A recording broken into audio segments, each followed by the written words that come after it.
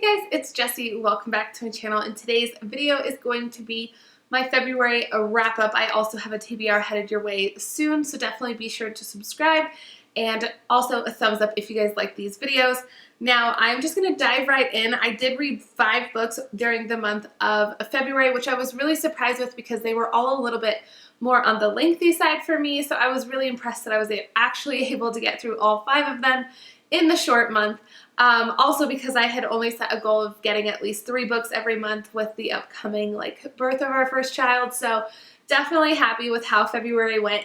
January's reads were okay, nothing super great to me, nothing that really stood out was a favorite, and then February was full of some really great reads. So I'm really just excited and happy to be here talking to you guys about some of these really amazing books. So this is the stack that I was able to accomplish during the month of February. So we're going to go ahead and just start with my maybe least favorite and kind of work my way up. So the first book that I read was actually it wasn't the first book I read, but the first one I'm going to talk about is She Regrets Nothing by Andrea Dunlop. This was a part of the Winter Reading Challenge with Booksparks, and I really enjoyed this one. I just didn't love it or expect it to be quite what it was. I don't know. I just had different expectations for it, apparently. But we follow our main character, Layla, who finds out after the death of her mother that she ends up having some family that is very wealthy. They're back in New York City, and they reach out and kind of reconnect, and so she decides to start her life over, moves to New York, you know, basically goes in with this concept of she's gonna get maybe some of this money, she's gonna have this great, glamorous life in New York City as well, and it definitely doesn't really turn out that way for her to start. So she's kind of living off of her cousins, and she's just trying to figure some things out, which I kind of get to start with, but then I felt like as this went on, she just kept dating, you know, one guy after another, basically upgrading each time to someone that had a little bit more money and a little bit more money. I just felt like she ended up being very selfish and kind of a gold digger, and I really didn't love her character very much. I also found her to be a little bit annoying, but my favorite character in here was one of her cousins, Liberty, who worked at a publishing house, and I just loved everything about her. I loved that she had so much money, but still had a normal kind of job and wanted to kind of make her own way and do things her way, and basically just was really self-reliant, and I just liked her morals and everything that she kind of stood for. So definitely connected more with that. But overall, I ended up giving this one 3 stars. If you guys like kind of the Gossip Girl vibes, it has that. It has a lot of family drama. It has some scandal. All of that good stuff, definitely within this one. It was just not quite what I thought it would be. So anyway, I ended up giving it 3 stars. It was still a quick read. I still really enjoyed it, but just wasn't my favorite read of the month.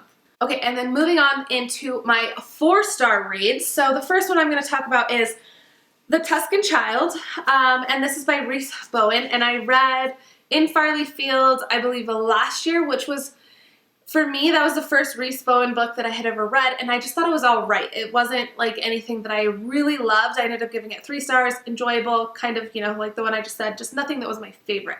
So when I got this one, I was kind of going in with the same mentality that it was just going to be, a decent read. It was going to be just kind of chug along, kind of a steady pace, nothing really wowing or anything. And this one was very surprising to me because I ended up loving this so much more than I did In Farley Field. I felt like the characters were way more grounded and more rounded out and just felt more realistic. And then I loved that the story had a little bit of romance. It had some mystery to it. The fact that it flashes back and forth between 2 points of view. So we have our main character, Joanna, and her dad is Hugo. So those are the 2 points of view that we get.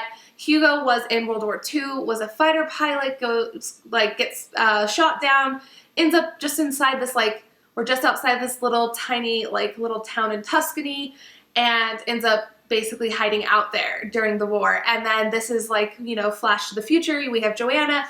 We have her piecing together parts of her father's past.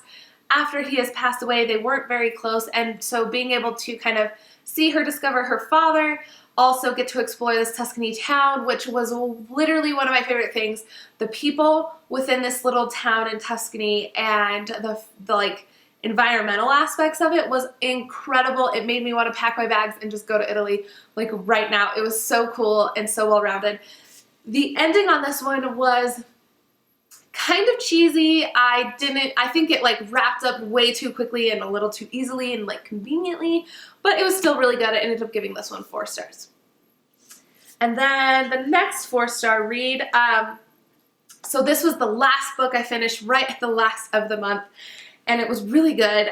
It is Bone Music by Christopher Rice, and so this is one that I feel like it was kind of portrayed to have some sci-fi elements, and I definitely can see that. However, I don't think it was as sci-fi, like out of the realm of things, so I definitely think this is more like plausible in real life. And we follow our main character. She gets kidnapped when she is just a baby and basically raised by these serial killers and gets rescued by like a SWAT team when she was, I believe, 7 or 8, and then spends the rest of the time with her dad and her grandma, and then ends up wanting to break away from everything that, you know, surrounded her life and the bad things that basically started out her whole childhood. And so she kind of goes out on her own, ends up taking this pill that gives her these like superhuman like abilities, like an incredible strength, and then deciding what she's going to do with it, you know, whether she's going to do some bad with it, is she going to do good with it, is she going to continue taking it, is she not going to take it? So there's a lot of these things that play out. You see a lot of internal struggles within her, and like her morals and like decisions kind of come to play. And a lot of really great like secondary characters are in here as well. I really enjoyed them. Even though this is a little bit more of a lengthy book, it was like 400-ish pages, 400 something pages, it read really, really quickly. And I really liked our main character, Charlotte, just because she was like sassy, she was really strong, she was like self-sufficient, and at the same time like wasn't afraid to ask for help. So I thought that was like such a great, you know, character, and her characteristics and things, you know, that just kind of made her who she was. And I just really appreciated that. I liked the writing a lot. So I'm definitely a Christopher Rice fan now.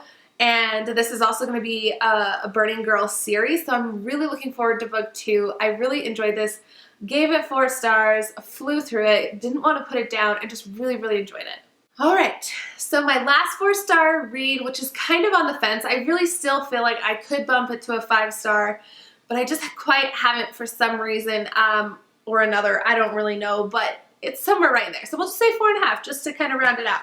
It is The Immortalist. It was also, sorry, this is by Chloe Benjamin. This was also my buddy read for the month.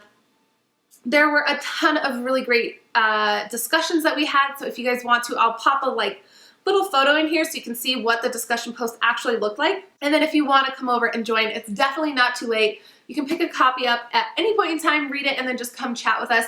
But obviously, it's going to be a little fresher in everybody's minds right now because we're all just finishing it. So if you guys don't know anything about this book, it is so amazing. I was hearing the best like raving reviews about this and how great it was, and how it has this kind of a magical element on top of things, but it kind of revolves around this aspect of mortality, and if you could find out the date of your death, like, would you do that? And so there are 4 siblings in here that go through that decide they do want to figure that out, so they know the date of their deaths, and then you read each chapter. So I thought that was another great thing, was the writing and how it was kind of divided.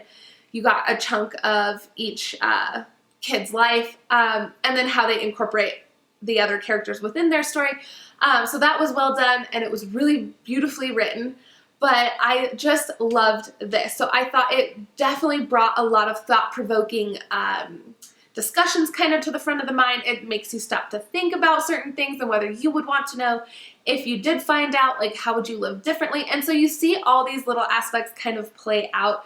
It was so amazing, and I ended up really, really loving it. The first half of this especially. The second half for me wasn't quite as strong as the beginning, but still really powerful and interesting, and obviously I just couldn't put this down.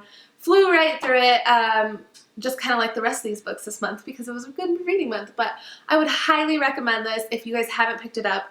It is definitely deeper. It wrecked me in the best of ways, and I absolutely just love this and will probably reread it at least once or twice in the near future. So this is a 4-star.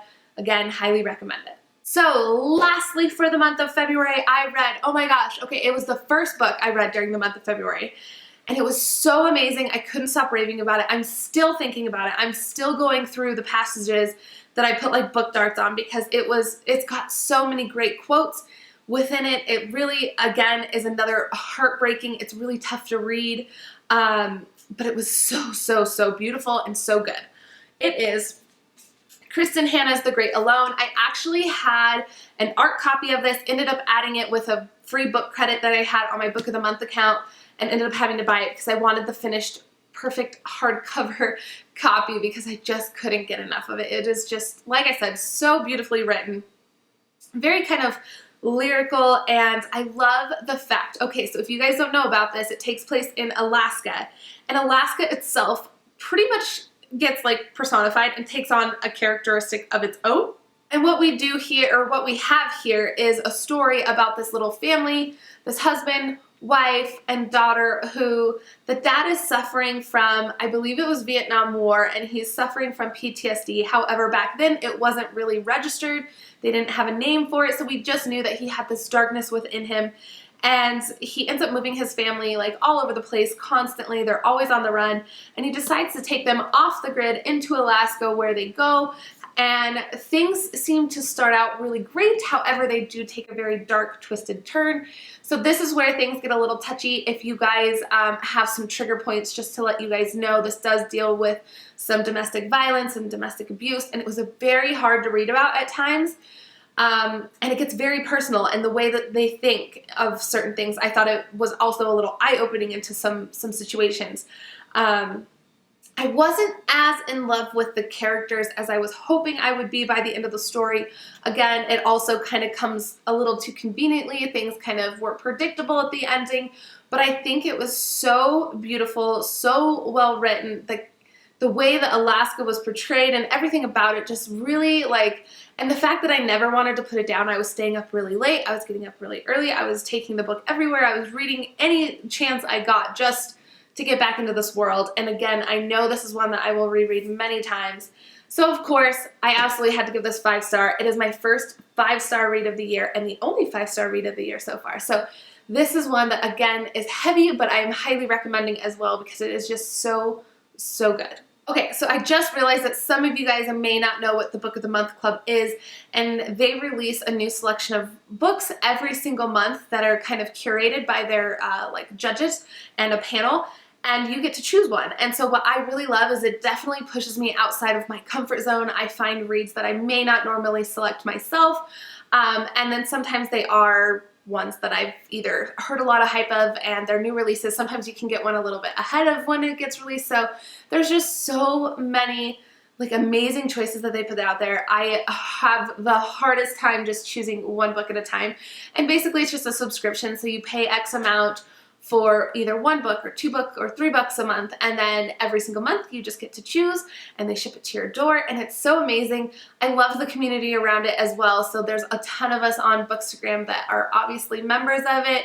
So we all join in. It's fun to chat about who's getting what book and different things like that. And then just talking about the book when you get to it. So it's always a really fun one. And if you guys are interested in trying out Book of the Month, there's going to be a link down below where you guys will get an awesome deal. So if you guys want to check that out, you feel free. And if you have any other questions, I'm sorry if I wasn't super to the point on that one, but you can always leave a comment below and I'm happy to answer. So yeah, so those are all the books I read during February. I was so excited and just really enjoyed it. So I hope you guys will definitely check some of these out. If you guys have a favorite book that you read during the month of February, I'd love to know down below as well. And then I will see you guys in my next video, which is going to be my March TBR. So I will see you guys very soon. Bye.